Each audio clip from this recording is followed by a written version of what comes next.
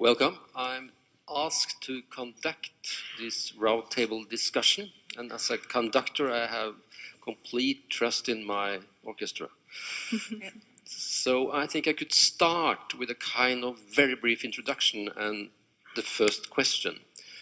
And not at least for you from abroad. In Norway we more or less regularly ask some tens of thousands of young people about how they're doing, and they're doing extremely well. They're doing better in school, they are attending school more, they like the parents, rather interesting. They use less drugs and alcohol, there is less crime, and they are more sad. Yeah. And boys more lonely. Figures can be discussed, but it's a kind of tendency, and some say that the very popular word today among young people is sliten, which is tired, and some clinicians say that we see psychosomatic symptoms that was called hysterical some years ago, etc. So that's a kind of map. And the first question could be, are the generation in these Nordic welfare states, are they challenged in new ways? And I'm very tempted, Susie, to start with you, not at least after a very strong and brilliant presentation you had today. It was a bit traumatizing for us who listened to it. I'm so sorry.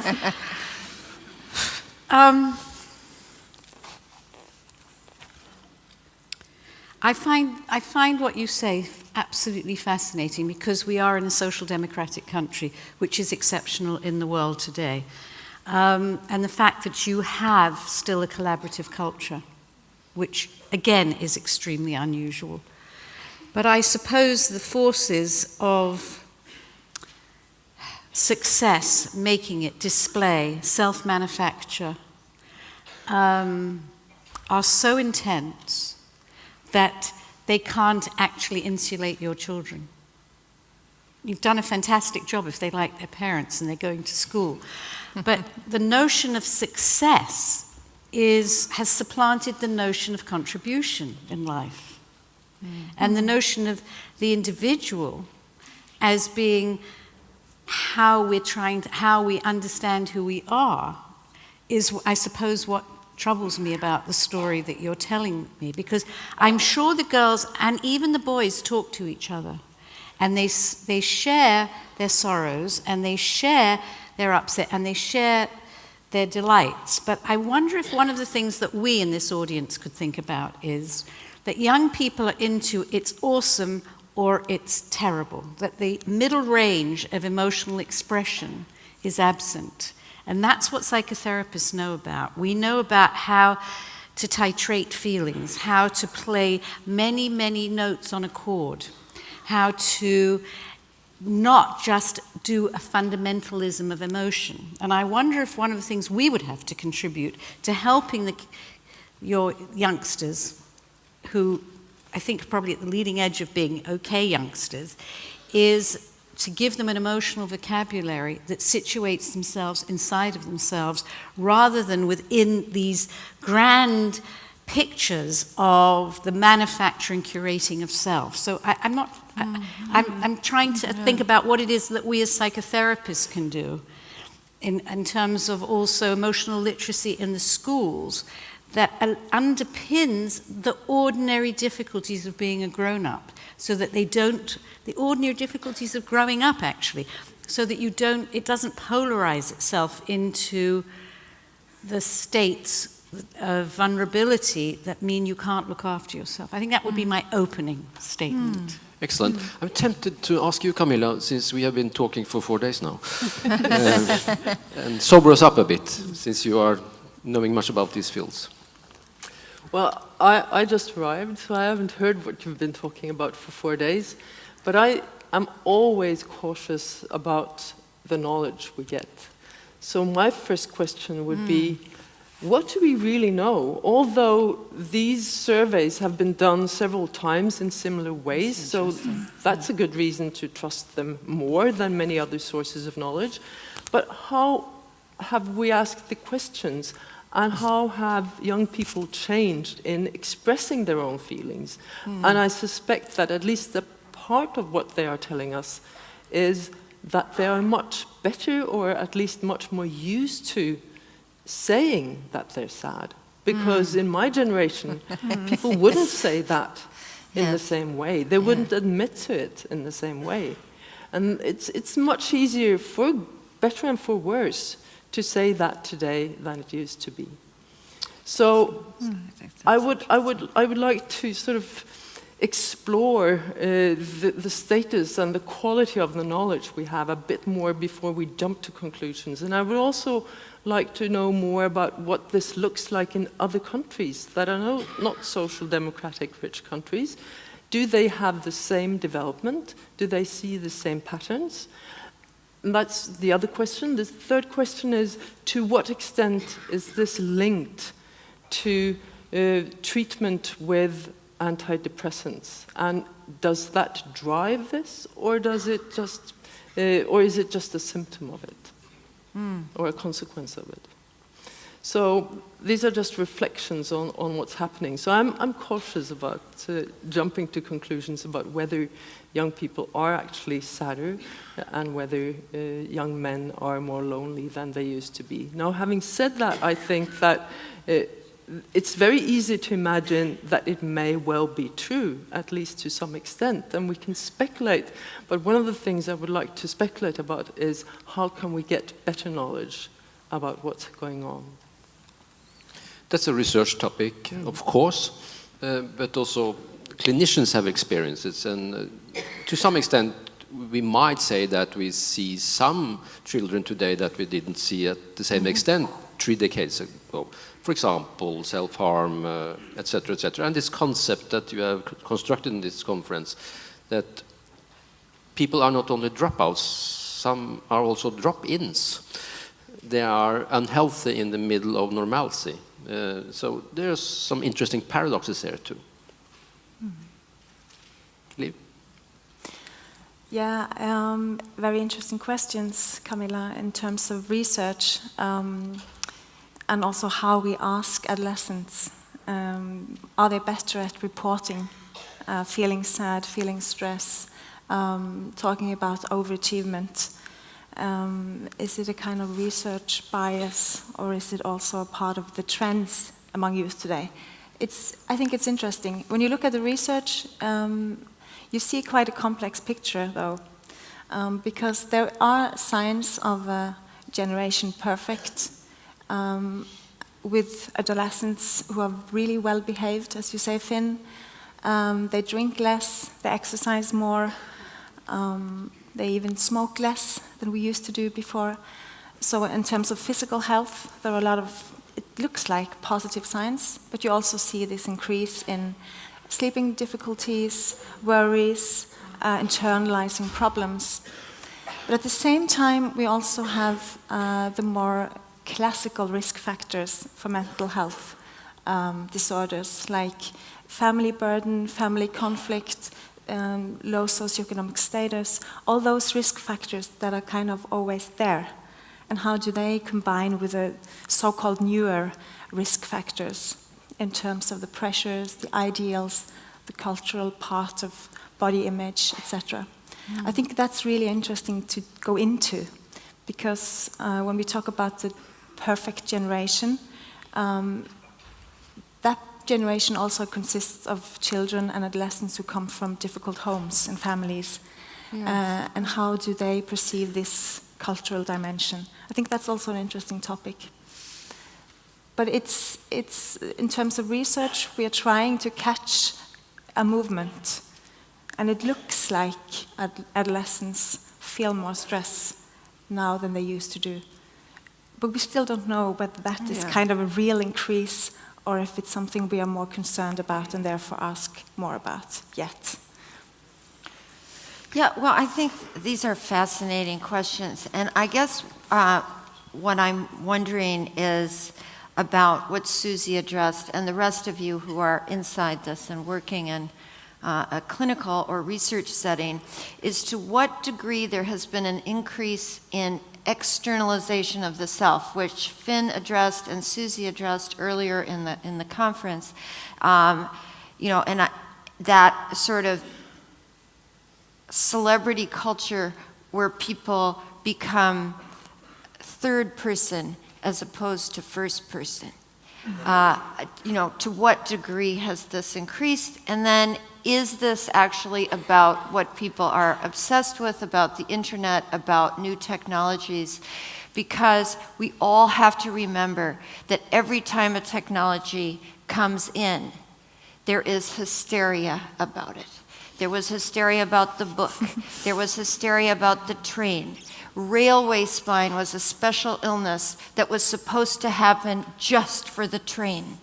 Now, we know that these, we got used to trains. It seems to be okay. And so the question is, technology is being blamed for lots of things, but how does this play into the idea of externalization that Susie was talking about? It's just a kind of open question for me. I am not giving answers, just asking questions. One of the things that has struck me since I talked to Finn earlier today, which is the fact that we've got a conformist culture, sort of globally, with people of a certain age. I think we've got it with the adults too, I'm not exempting us. But places that were sites of rebellion have been incorporated into the sense of being a multiple self, that, if you look at a pop video, I think they're still made, you will see that the person appears in 7 different outfits in the space of 2.5 minutes. In other words, they could have torn stockings or torn jeans and then be elegant and then be this and then be that. Right. So you could have a fairy costume, but you could have great big boots on. So you have to be everything at all times. And I think that this is a kind of robbing of alternative identities. I'm very interested in this notion of conformity in your study. However, not good enough it is in terms of whether there's listening as opposed to tick boxing on the various things. Because it is what I notice with my kids, is that they come from a rebellious family. They're just like every other kid. They might have a bit of individuality because they're doing stranger things, but they're passing in the culture. Nobody would know they're not the same. They don't stand out in any kind of way, in the way that the beat poets, the beatniks, the hippies, the leftists, there's something so bloody well behaved, is what you're saying, and that the behavior of hurt or the behavior of rebellion is in their own space, in their own body, in their own psyche. And that is a very interesting phenomena, because it is like a very old-fashioned person, right? It's like, it's several generations back when we weren't allowed to have a voice, or we weren't fighting for a voice. We're supposed to pretend we have a voice, which actually we're still all struggling with, and it's then we're taking it out or the youngsters are taking it out on themselves in a different way. So that's a strange comment, but it's what occurs to me from what you said to me earlier. But of course, it's kind of paradoxical that middle-aged people, excuse me, Liv. Old, some of us. Old. Claim our age. Are sitting here and, in a way, asking young people to be rebellious. It's a kind of paradoxical. But in a way, it's true that criticism of society has been replaced by self-criticism. And we see the clinical traces of that. So the culture in some way puts a lot of emphasis that you yourself shall cope with a lot of things. If you go to our classics, development psychology by Erikson, adolescence was a kind of moratorium where you should sleep long in the morning and get long hair and thinking of what you should be when you were grown up. Now it's really a working time. You have to work hard for constructing identity. Right, right. At the same time, just to play devil's advocate, that, there was a lot of conformity among the flower children. I remember actually really resisting that particular hedonistic culture and feeling irritated, for example, by the Chicago 7, those guys who came to speak at the local universities. There was this famous group of 1960s rebels. And I thought, ugh, that's not for me.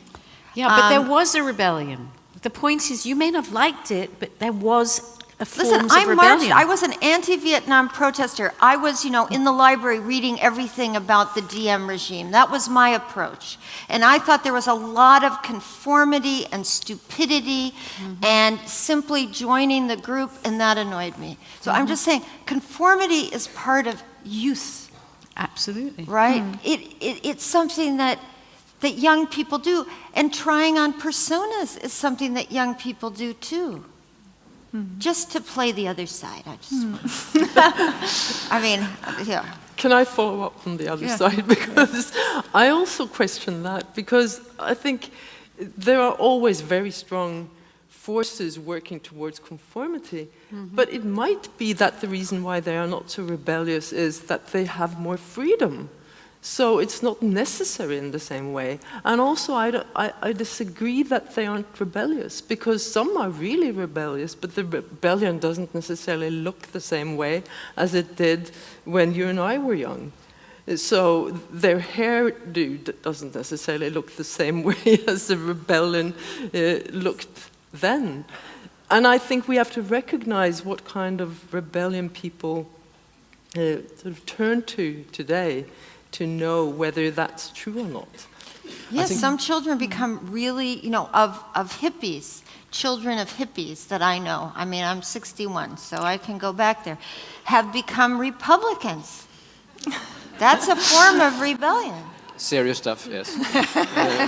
But I think it's also, I'm very fan of being skeptical to our own ideas, but there are some things that we do know. Yes, I think it's very important to say that rebellion may take other ways. For example, some young people, not many, from Norway, they go to Syria, even though they are not born Muslims. They are born in Fredrikstad. Although it's only 100 of them, that's perhaps a kind of rebellion. Muslim girls, immigrants in Norway, support whaling. So there are rebellions that we see because they're not like we did it in that. Yeah. But we also know that young women, and as Susie has shown us rather dramatically today, they might spend an hour before the mirror before they go out. Once an hour they have self-critical ideas about their own bodily appearance, etc. And here we see clinical effects of these things. So, and in the context of this conference, it's very much about the body and the embodiment. And in a way, we see the inwards, they turn inwards in many ways instead of turning outwards. Yeah, which is one of the whole struggles around trying to rethink femininity was to not have everything be a self-attack. Right? Exactly. And I think what we're seeing now is that instead of striking out, they're striking in. It's not that they're not striking out, but they're also striking in. And I think it's also very difficult for boys. I don't think it's straightforward for boys to be having, to have their own fears of femininity and their own fears of their own masculinity be caught up in porn. I think that's a really... Caught up in what? In pornography. I think it's a really lousy deal for them. That whatever the fragilities around our own development and around notions of how we get to be a girl or a boy is to have it supplanted with massive doses of porn so that they don't actually know.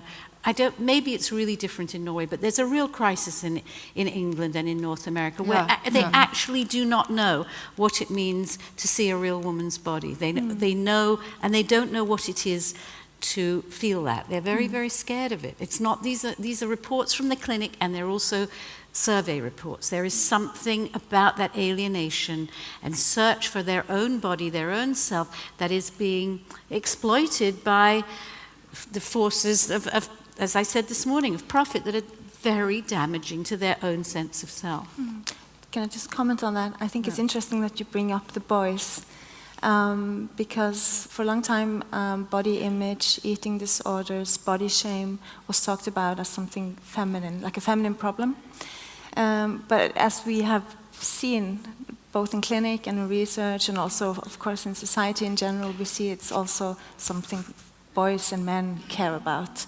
I just had a reflection from a group of adolescents I was talking to about my research project about perfectionism and mental health. And in order to bring the youth into the research process, we arranged a meeting with adolescents, and I was talking about these themes with them. And there were a mix between girls and boys. And I had like very wrongly, it turned out, concern that the girls would be too active and the boys would say too little. And it was totally opposite. The boys were talking a lot about how they felt, about physical exercise, being big enough, comparing themselves with the fathers, the brothers. Yeah. And the girls were talking about their issues too, but I think it was really interesting to see that they had a lot of things they wanted to talk about. And I think that's also a part of this discussion with cultural embodiment, identity, self. We need to look after the boys and see what they're struggling with as well. And the theme about pornography and I'm not familiar with that, but I'm sure it's connected to these things as well. And I mean, Susie was showing pictures, but also with young men. You know, their bodies have changed since when I was a kid. You can look at high school pictures of these thin guys, you know, in their bathing suits. Yeah. Nobody was thinking that you had to lift all these weights and have these huge shoulders. It wasn't in the culture. So it's interesting. Now I walk down the street in Brooklyn, I see all these guys with the T-shirts and their big arms sticking out. And but that's it's really new interesting, fashion. isn't it? Because those were the bodies of laborers. Those were the bodies that came out of industrial production. Absolutely. And now we go to the gym to create those bodies as though those muscles, those blue jeans, allow us to have a legitimate body. I mean, it's a really interesting paradox again. But if you look at the Abercrombie's ads or any of the ads for men's clothing now, they are exactly like the ads for women's clothing 20, 30 years ago. They're kind of wan and sexual and tough, and I can fuck you, but you can fuck me, but I'm so vulnerable, but I'm so distant. Now, how the photographers do that, I don't know. But they now do that with young men, and you then watch men in the street, not the ones they have the muscles underneath, but they have they're skinny with the muscles, and they walk along just like young women do. And it's frightening because it's a kind of facsimile picture of this is how you get identity before you can do anything else. It's not that they stop doing other things. It's not they stop being productive or writers or engineers or whatever, but that this piece of presentation to self, as much as to the world, is what is required in order to feel safe in your identity. And you said earlier this day, Susie, that as a therapist, we should not be politicians inside the therapy room, but implying that you should be outside. Yes. Yes. Look, we hear things nobody else hears. We hear the sorrows. We hear what's gone wrong in society. Yeah. We hear it in such detail. And we're also healers. Right. We are healers one by one. We just can't heal society. We have a lot to say to policymakers, whether it's about why women stay in battering relationships. Right, We have a lot to say about that. It's not because they're idiots, because they think they're doing something there. They think they're transforming something. We know why women are hurting their bodies. We know why there's sexuality stuff that's happening that's very disturbing. That's what I mean by taking our stuff to the powers that be. We have to speak truth to power, and we have access to something that nobody else has. Yeah. We have something to say about boys going to ISIS and the girls going to ISIS. We actually do have something very special to say about that. It doesn't supplant other forms of analysis, but it is an additional piece of a kind of technocratic discipline to bring to social policy. I think clinicians have very special opportunities to understand what's happening, but they also have quite special opportunities to misunderstand. Because you do not know what's going on out there in society. You do not know what's going on among the people that do not come. So you may misinterpret what's happening. And that relates to what we said earlier, because if what's happening now is that many more people who would never, ever imagine that they would seek a clinician because of their sadness are now doing that. That means that it hasn't necessarily changed the proportion of people who feel that kind of sadness, but it may have changed, or the proportion of people who seek help for it may have changed. And we don't know that just based on our clinical experiences. It's an important experience, because these are important phenomena, but you have to relate them to other sources of knowledge before you draw conclusions from it. Of course, in a way, that's obvious, but one thing is proportions. Something else is the kind of narratives. I mean, are narratives changing? I think what Susie says is there's some new stories. They look like old stories, but there are nuances, there are changes. Very central. I mean, there's always been conformity, that's something being inside or outside the groups. You have to be conform, but conformities change, conform about what, for example? And now we're speaking about embodied, but there's also conformity about ideas, the right way to think. French philosopher Dufoy has written this book, The Art of Shrinking Heads. And it means that the liberal state, neoliberal state, they have a tendency that there is right and wrong ways to think and feel, so people are, in a way, inhibited in the world's most free society. So again, searching the paradoxes is rather interesting. Look, I think a really serious post-war development that has really hit this generation, let's call it a post-60s, is the development of worldwide consumerism. We cannot avoid that. That is across class. You are still caught up in that if you are poor, because that is a way of belonging in our society. So yes, we may hear stories that express it in a particular way in the clinic, but we also see it in our newspapers. We see it in chick lit. We see it in cartoon. We see it in the movies. We see it in all forms of cultural expression.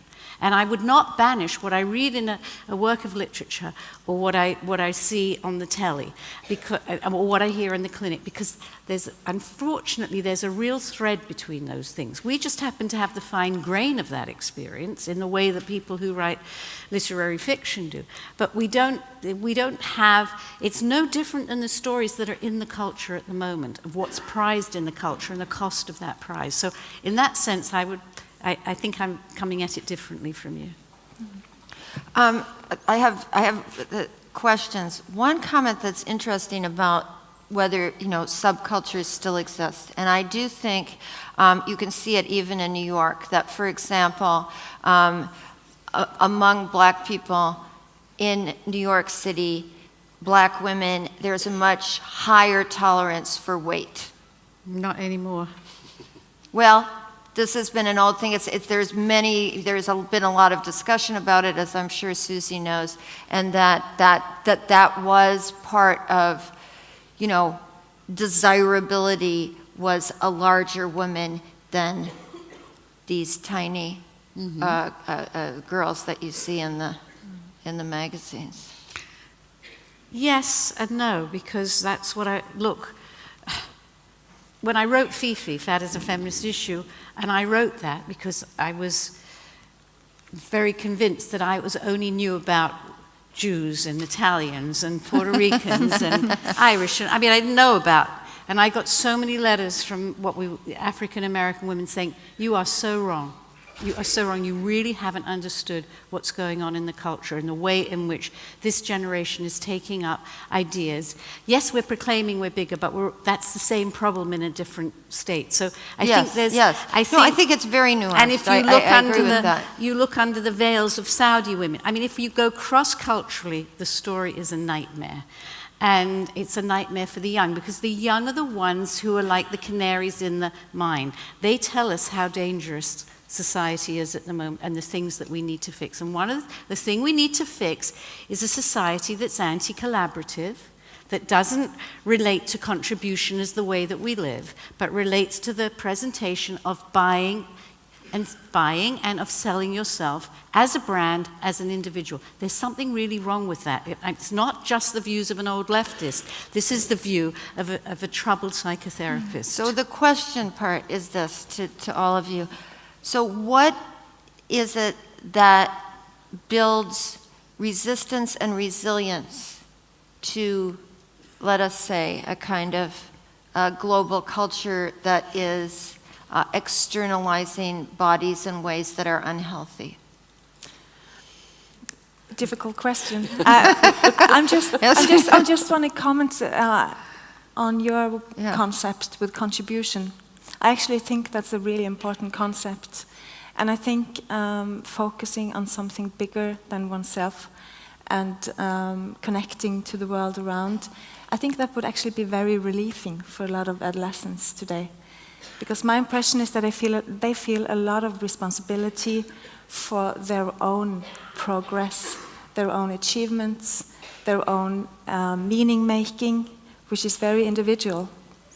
And I think actually to focus on a more broader way of thinking by contributing, by focusing on politics, getting knowledge on how the world is functioning, I think that's a totally different way of thinking that would relieve some of the pressure on achievements and following the strong ideals.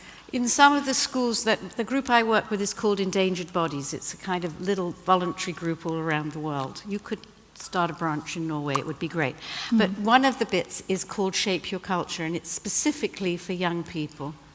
And it's about them transforming their culture and the risks that they take to do it. But what, of course, is interesting is how it creates that collective sense together, the collective sense of contribution that makes you bigger than yourself, that then allows you to have a self that is something you can actually rely on because it connects and it's very moving. So, interesting. Well, I agree with both of you. I think one has to engage in something that is not about yourself only. But it's hard to do that because the pressure is very hard. And people or young people try to combine it. And many succeed, amazingly many, and some don't.